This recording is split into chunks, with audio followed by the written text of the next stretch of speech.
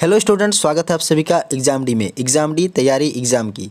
Students, Kolhan विश्वविद्यालय चाईबासा ने second semester परीक्षा 2023 का जो परीक्षा फॉर्म ऑनलाइन भरने का जो नोटिफिकेशन है उसको जारी कर दिया गया है। इस वीडियो लेक्चर में हम लोग ये समझेंगे कि इसको कैसे भरना है, इसका फीस कितना लगेगा, डेट कब से कब तक है। ठीक है, ये सारी ज़रूरी बातें मैं आपको इस वीडियो में बताने वाला हूँ। तो वीडियो बहुत ही इंपॉर्टेंट होने वाला है, इसको ध्यान से देखिएगा और अपने दोस्तों में ज़रूर शेयर कीजिएगा ताकि उनको भी पता चल सके। ठीक है, देखिए इसको मैं नोटिफिकेशन को मैं पढ़ के समझा रहा हूँ, जो जो इंपॉर्टेंट पॉइंट है वो मैं समझाऊंगा। इसके अलावा अगर आपको कुछ क्वेश्चन इसमें आता है तो उसको आप कमेंट कर दीजिएगा। ठीक है, उसको मैं जवाब दे दूंगा।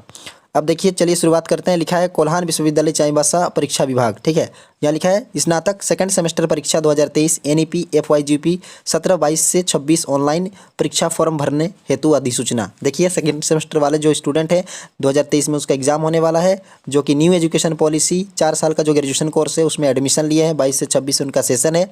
इनका ऑनलाइन परीक्षा फॉर्म भरा जाएगा। कैसा? ऑनलाइन परीक्षा फॉर्म, कोई ऑफलाइन नहीं, ऑनलाइन परीक्षा फॉर्म भरा जाएगा। ठीक है, इसके अलावा एतद द्वारा सभी संबंधित छात्र छात्राएं, शिक्षक शिक्षकेतर कर्मी प्राचार्यों को सूचित किया जाता है कि स्नातक सेकंड सेमेस्टर परीक्षा 2023 एनईपी एफवाईजीपी के परीक्षा फॉर्म आवेदन करने से संबंधित तिथि एवं शुल्क निम्नवत है। यानी कि छात्र छात्रा, शिक्षक शिक्षकेतर कर्मी प्राचार्य सभी को सूचित किया जाता है कि सेकंड सेमेस्टर का जो परीक्षा फॉर्म जो है ना वो इस डेट को भरा जाएगा। वो डेट वहाँ पर नीचे दिया गया है। इतना समझ गए? अब आगे बढ़ते हैं। ये देखिए वो जो डेट वगैरह है वो यहाँ पे दिया गया है। ठीक है, वो मैं आपको डिटेल से यहाँ पे समझा रहा हूँ। यहाँ लिखा है, पहला पॉइंट है विद्यार्थियों द्वारा ऑनलाइन परीक्षा फॉर्म आवेदन करने की तिथि। जो स्टूडेंट है उनके द्वारा ऑनलाइन परीक्षा फॉर्म आवेदन करने की जो तिथि है वो है 8 जनवरी से लेकर 23 जनवरी तक। जी हाँ, याद रखिए डेट को। 8 जनवरी से लेकर 23 जनवरी तक जो है आपको परीक्षा फॉर्म जो है ऑनलाइन जो है अप्लाई कर देना है। और इस परीक्षा फॉर्म में जो है आपको इस चीज़ को याद रखना कि अगर आप 8 से लेकर 23 जनवरी के बीच इसको नहीं भर पाते हैं तो आपको 24 से लेकर 31 तक जो है भरने का मौका दिया जाएगा, लेकिन एक शर्त के साथ कि आपको 200 रुपये का फ़ाइन देना पड़ेगा। जितना भी आपका फ़ीस है वो फ़ीस मैं आपको आगे बताने वाला हूँ। उसके साथ 200 रुपया फ़ाइन आपको भरना पड़ेगा अगर आप 24 से लेकर 31 में भरते हैं। ठीक है, तो आप एक्स्ट्रा फीस क्यों देंगे? आप जो है टाइम से पहले अपना फ़ीस जुगाड़ कर लीजिए और 8 से लेकर 23 जनवरी के अंदर में ही आप अपना फॉर्म फिलअप करवा लेंगे तो आप बेशक जो फ़ाइन देना है उससे आप बच जाएंगे। ठीक है, तो ये दोनों डेट को याद रखिएगा। ठीक है, 8 से 23 बिना फ़ाइन के और 24 से लेकर 31 तक फ़ाइन के साथ आपको जमा करना है। अच्छा, सवाल अब अगला आता है कि हम लोग इसको भरेंगे कैसे।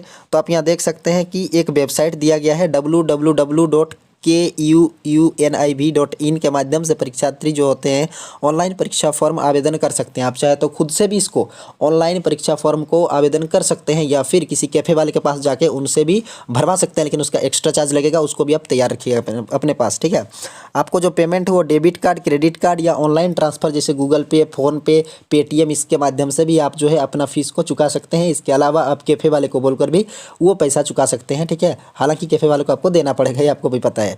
तो ये 2 पॉइंट आपको पता चल गया। ठीक है, अभी तक मैंने आपको जो है 2 पॉइंट बताया। पहला चीज़ डेट कब से कब तक है, दूसरा चीज़ कहाँ अप्लाई करना है। ठीक है, कहाँ आपको उसको भरना है। चलिए मैं आपको बताता हूँ कि अब आपको कितना पैसा लगेगा। ठीक है, ज़रूर अपने दोस्तों में इसको शेयर कीजिए ताकि उनको भी पता चल सके जल्दी से जल्दी। ठीक है, और चलिए अब मैं आपको बताता हूँ कि किस तरीके से जो है आपका फ़ीस जो है आपसे लिया जाएगा, कितना करके जो है फ़ी है। ये देखिए, ठीक है, ये आपका फ़ी का पूरा मॉडल है और इसको आपको ध्यान से देख लेना है। मैं आपको पूरी तरीके से समझा दूंगा, टेंशन नहीं लेना है। देखिए यहाँ पर ये बताया जा रहा है कि अगर आप बीए बीकॉम ऑनर्स वाले स्टूडेंट हैं, यानी आर्ट्स वाले स्टूडेंट हैं और आपका कोई भी सब्जेक्ट प्रैक्टिकल वाला नहीं है, यानी नॉन प्रैक्टिकल वाले हैं, जैसे कि प्रैक्टिकल होता है ना, जैसे कि ज्योग्राफी, ठीक है, जैसे कि साइकोलॉजी, ये सब प्रैक्टिकल वाले हो गए, और जैसे इकोनॉमिक्स, पॉलिटिकल साइंस ऑनर्स वाले, ये सब बिना प्रैक्टिकल वाले हो गए। ठीक है, तो यहाँ पर जो है ना, जो बीए या बीकॉम ऑनर्स वाले हैं, ठीक है, यहाँ पर जो है 410 उनका लगेगा बिना प्रैक्टिकल वाले। ठीक है, फिर से बता रहा हूँ,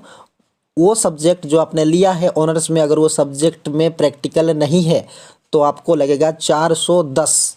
410 कितना लगेगा? 410।